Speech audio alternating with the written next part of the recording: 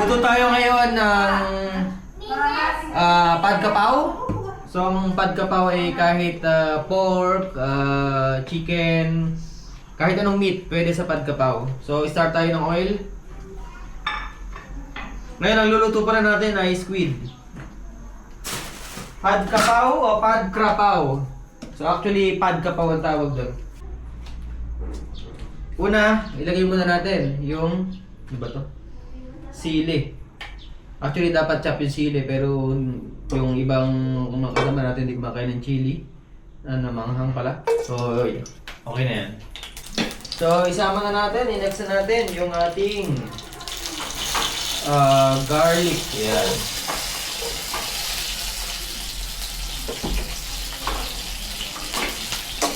Yan. Next na natin yung ating onion. Ito.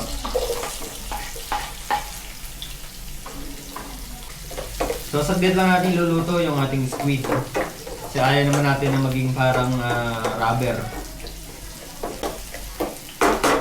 So next, ilagay natin dito yung ating naghiwa tayo ng sitaw. Yan. So next natin, lagyan natin ito ng toyo. Yan.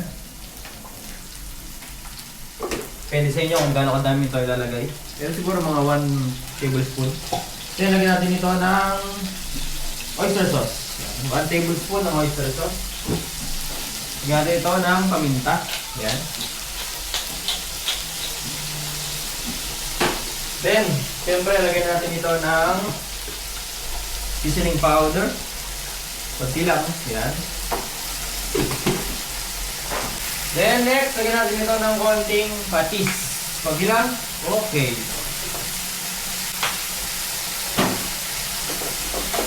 Kunti lang na patis yung nilagyan natin. So ang ginagawa lang natin ngayon ay bubuuin lang natin yung ating sauce. At ilalagay na natin yung ating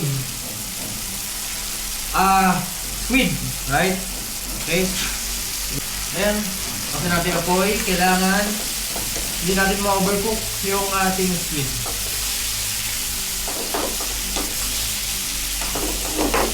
Mga 3 minutes lang siguro. Yan.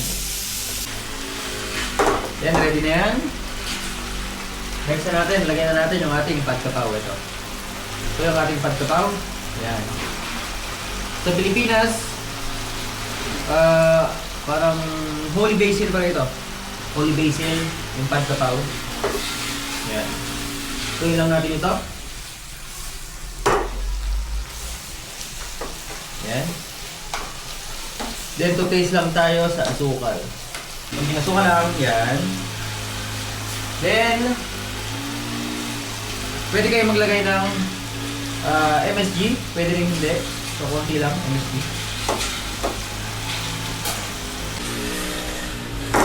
So, okay na. Ready na yung ating pad kapaw. Pwede natin itong serve sa mainit na kanin. So, yung recipe nga pala nito ay ilalagay ko lang sa ating description. At hindi nyo kalimutan mag-subscribe sa aking channel. I-click mo ng subscribe button at notification bell para lagi kayong updated sa ating mga upload.